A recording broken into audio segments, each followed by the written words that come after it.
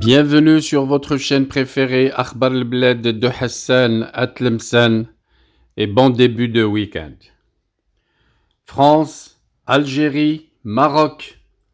Le triangle de la mort pour Emmanuel Macron, le président français.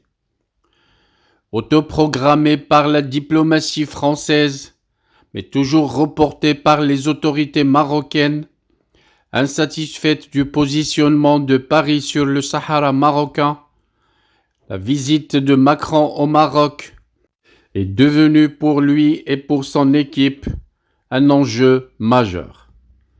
S'il y a une relation difficile, teintée d'une forme de tension permanente entre la France et ces deux pays du Maghreb, que sont le Maroc et l'Algérie, c'est que Paris a échoué à gérer une relation saine dans ce trio. Au fil des ans, s'est installé un dangereux exercice d'équilibriste.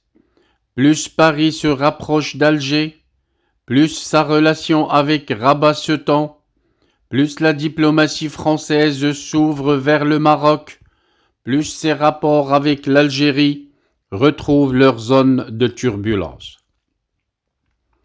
Pendant des années, et conscient de la sensibilité effervescente de cette affaire, les multiples présidents de la République française, y compris le socialiste François Hollande, ont essayé d'adopter une attitude qui se voulait équidistante, ambitionnant une forme de neutralité négative. C'est lui l'auteur de la fameuse phrase qui résume les limites de la marge de manœuvre que peut avoir Paris à l'égard d'Alger. La France est contrainte dans son expression sur l'Algérie. Avait-il confié un jour un moment de confession lucide? Depuis son arrivée à l'Élysée, Emmanuel Macron s'est donné pour objectif stratégique de faire voler en éclats cette approche statique, voire paralysante. Il fait du rapprochement avec l'Algérie un chantier d'une urgence absolue, caché derrière le vernis très engageant de la réconciliation mémorielle. Cette posture de Macron a fait pencher la balance du côté du régime algérien. La crise s'est calcifiée entre Paris et le Maghreb, car ce rapprochement est intervenu à un moment crucial où le Maroc, après le tournant de la reconnaissance américaine, avait formulé des demandes concrètes à l'égard de la France. Rabat demandait à Paris de sortir de la zone grise, de quitter la zone de confort où elle tenait le manche par le milieu, ni totalement pro-marocain, ni entièrement anti-algérien. Emmanuel Macron était dans l'obligation de faire la sourde oreille, ayant les mains ligotées par son tropisme algérien. Plus ce silence faisait du bruit médiatique, plus la crise politique s'enfonçait, aidée en cela par d'autres divergences, comme l'affaire des visas ou celle des accusations fantaisistes d'espionnage à travers le logiciel israélien Pegasus. Aujourd'hui, alors que de nombreux indicateurs politiques laissent prévoir, sinon une embellie du moins, une clarification des rapports de Paris et ses capitales du Maghreb, 2024 s'annonce comme l'année où les visites d'État entre les deux rives de la Méditerranée vont être l'unique baromètre de cette convalescence. De manière inédite, le président algérien Abdelmjid Tebboune avait profité des fêtes de la nouvelle année pour passer un coup de téléphone à Emmanuel Macron. Message principal: Tebboune a urgemment besoin d'effectuer une visite dans les plus brefs délais à Paris. Cette année présente pour lui un enjeu crucial où la reconduction pour un second mandat, ou la mise à la retraite avec tout ce que cela implique comme possible poursuite judiciaire pour corruption et mauvaise gouvernance, et s'il parvient à venir à Paris, jouir de la bénédiction française, ses adversaires au sein du sérail algérien seront impuissants à stopper la dynamique d'un second mandat, et c'est là presque un SOS politique lancé par Tebboune en direction d'Emmanuel Macron. Mais le président français est tout aussi occupé à créer, lui, les conditions de sa visite au Maroc, autoprogrammée par la diplomatie française, mais reportée par des autorités marocaines très insatisfaites du positionnement de Paris sur le Sahara marocain. Cette visite de Macron au Maroc est devenue un enjeu majeur. Les rares signes de sa préparation sont autant d'hirondelles qui annoncent le retour du printemps dans les relations franco-marocaines. Après avoir passé un mandat et demi à tenter de gérer une difficile relation à trois, Emmanuel Macron est acculé à un exercice de vérité politique. S'il veut redonner au partenariat entre la France et le Maroc le lustre qu'il mérite, il doit reconnaître sans embâgage la souveraineté du Maroc sur son Sahara, et s'il le fait, il doit en gérer les conséquences sur ses rapports avec le régime algérien, qui en a fait une ligne rouge à ne pas dépasser. Pour sortir de cette impasse diplomatique à trois, Emmanuel Macron se doit de faire bouger les lignes de sa vision du Maghreb, se rapprocher le plus du Maroc, tout en désarmant l'agressivité et l'opposition des Algériens à cette stratégie. C'est le cœur de cette crise entre Paris et le Maghreb. Tout le reste n'est que symptômes collatéraux. De son côté, l'ancien président français Nicolas Sarkozy résume la politique de son successeur Emmanuel Macron à l'égard du Maroc et de l'Algérie en disant « En perdant Rabat, la France ne gagnera jamais la confiance d'Alger ». Une sortie partagée par plusieurs politiques de l'Hexagone fait remarquer un éditorialiste d'un média maghrébin. Il y a semble-t-il des voix sages dans le paysage politique français et qui commencent à s'imposer dans les médias en pointant du doigt le populisme de l'actuel locataire du palais de l'Élysée, Emmanuel Macron, après la dernière mise en garde de l'ancien président français, Nicolas Sarkozy, contre les conséquences du rapprochement entre Paris et Alger au détriment du Maroc, écrit l'éditorialiste du quotidien maghrébin dans son édition d'un numéro de l'été dernier, et de souligner que cette mise en garde a une forte consistance politique puisqu'elle émane d'un homme d'État, ancien président de l'Hexagone et plusieurs fois ministre et parlementaire.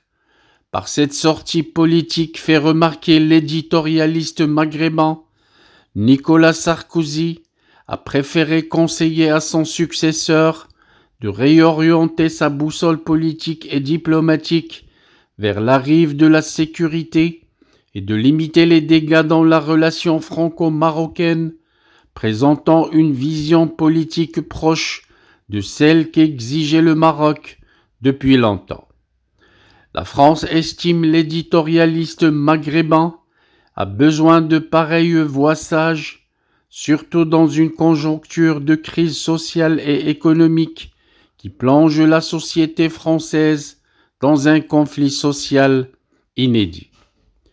Cette sortie de l'ancien président français Nicolas Sarkozy, poursuit l'éditorialiste maghrébin, est intervenue après plusieurs autres mises en garde par des voix parlementaires, partisanes et médiatiques, et de souligner que toutes ces voix demandaient à l'actuel président français Emmanuel Macron d'arrêter la politique du corbeau qui, voulant imiter la colombe, a perdu sa propre marche sans apprendre celle de la colombe. C'est ce qui est arrivé aux locataires du palais de l'Élysée, conclut l'éditorialiste maghrébin. Il n'a pas gagné la confiance de l'Algérie, mais il n'a pas non plus préservé les solides relations avec le Maroc. Un comportement maladroit d'Emmanuel Macron qui pousse les géopoliticiens à se poser la question si la France va perdre son influence au Maghreb après son déclin en Afrique subsaharienne, car après le déclin de l'influence française dans toute l'Afrique, notamment dans la région du Sahel, c'est au tour de son influence au Maghreb, selon les observateurs. Un magazine français a constaté que les pays du Maghreb s'éloignent de plus en plus de Paris. Le journal affirme dans un reportage de l'écrivain Benoît Dolma que les relations avec le Royaume du Maroc sont au plus bas, surtout après que Rabat a poliment rejeté l'offre de ses services de Paris, comme de nombreux pays, lorsque le séisme a frappé 6 régions marocaines. Le Maroc a choisi le Qatar, les Émirats arabes unis, l'Espagne et le Royaume-Uni. En ce qui concerne la diplomatie de l'aide, ni Paris ni Rabat n'ont officiellement fourni les raisons de la récente détérioration des relations entre les deux pays selon les experts. Mais les analystes estiment que la question du programme Pegasus, un logiciel que le Maroc est accusé d'utiliser pour espionner des hautes personnalités françaises, comme le président Emmanuel Macron, est l'une des principales raisons de la récente détérioration des relations entre les deux pays. Même si l'Élysée n'a pas confirmé le piratage, le Maroc a démenti. Les analystes estiment également que le Maroc exprime toujours son agacement face à l'incapacité de la France à prendre des mesures pour soutenir la position du Royaume sur la question de son Sahara. Une autre raison est celle des visas pour la France, que Paris a réduit au minimum en réponse au manque de coopération du Maroc en matière d'immigration. La France a pris la même mesure avec l'Algérie et la Tunisie, selon les observateurs. Les médias marocains accusent également Paris d'être à l'origine des tensions dans les relations du Maroc avec les instances européennes, dont le Parlement européen, et d'influencer ses décisions liées aux allégations de corruption marocaine. L'état des relations de la France avec l'Algérie n'est pas très différent de celui de ses relations avec le Maroc en termes de mauvaise qualité. Les analystes estiment que les relations entre Paris et Alger traversent la pire étape sur fond de déclarations colériques et provocatrices faites par des responsables français à la suite de la publication par le président algérien Abdelmejid Tebboune d'un décret exigeant l'exécution complète de l'hymne national algérien lors des rencontres officielles.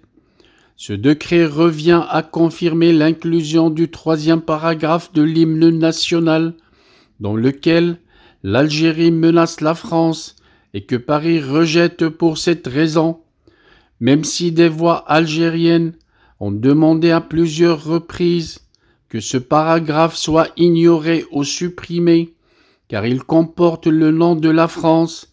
Catherine Colonna, la ministre française des Affaires étrangères, a exprimé son mécontentement face au retour de ce que le temps a passé, comme elle l'a dit. Le 3e paragraphe avait auparavant été oublié, ou plutôt supprimé sans préavis, notamment à l'époque de Chedli Ben Jdid et d'Abdelaziz Bouteflika. La question de l'apologie de la France pour son passé colonial en Algérie entre 1830 et 1962 reste l'une des causes des tensions récurrentes entre les deux pays. Le président Macron avait déclaré dans une interview publiée l'année dernière qu'il ne demanderait pas pardon aux Algériens pour la colonisation de leur pays par la France, ce sur quoi l'Algérie insiste.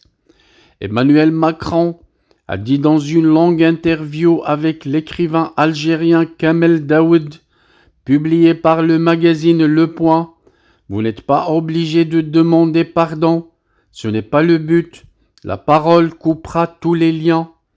Le président français a expliqué que le pire qui puisse arriver, c'est qu'on présente nos excuses et que chacun suive son propre chemin.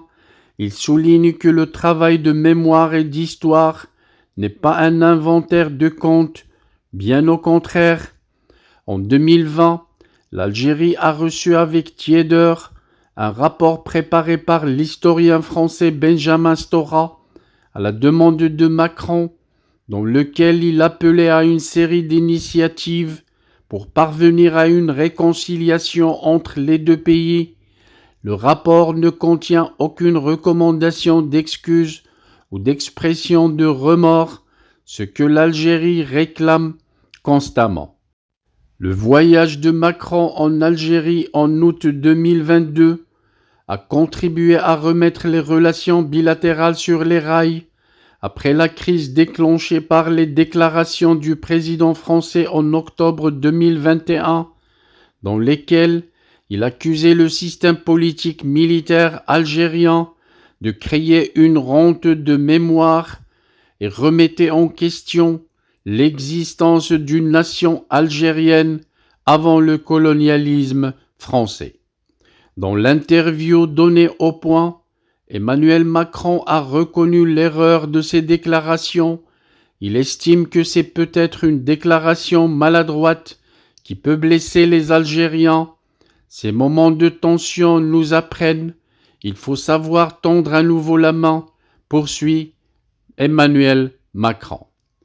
Le magazine Le Point avait déclaré dans son dernier reportage « Nous venons de subir un nouveau coup porté au tissu des relations franco-algériennes en raison d'une décision prise cette semaine, non pas pour empêcher l'usage de la langue française à l'école, mais plutôt pour empêcher l'usage du français dans les écoles et des programmes d'enseignement des langues dans le secteur privé, notamment en vue de l'obtention du baccalauréat français. La visite officielle à Paris du président algérien Abdelmejid Tebboune a été plusieurs fois reportée. Lors du sommet des pays francophones organisé par l'île tunisienne de Djerba en novembre 2022, le président Macron a admis que le statut de la langue de Molière subissait des revers sur de nombreux fronts, notamment au Maghreb. Même en Tunisie, le président français a ignoré le coup d'État mené par le président Kais Saïd en 2021. En effet, la France a fermé les yeux et a continué de citer la Tunisie comme une solution à la crise de la migration irrégulière, comme l'indique le rapport.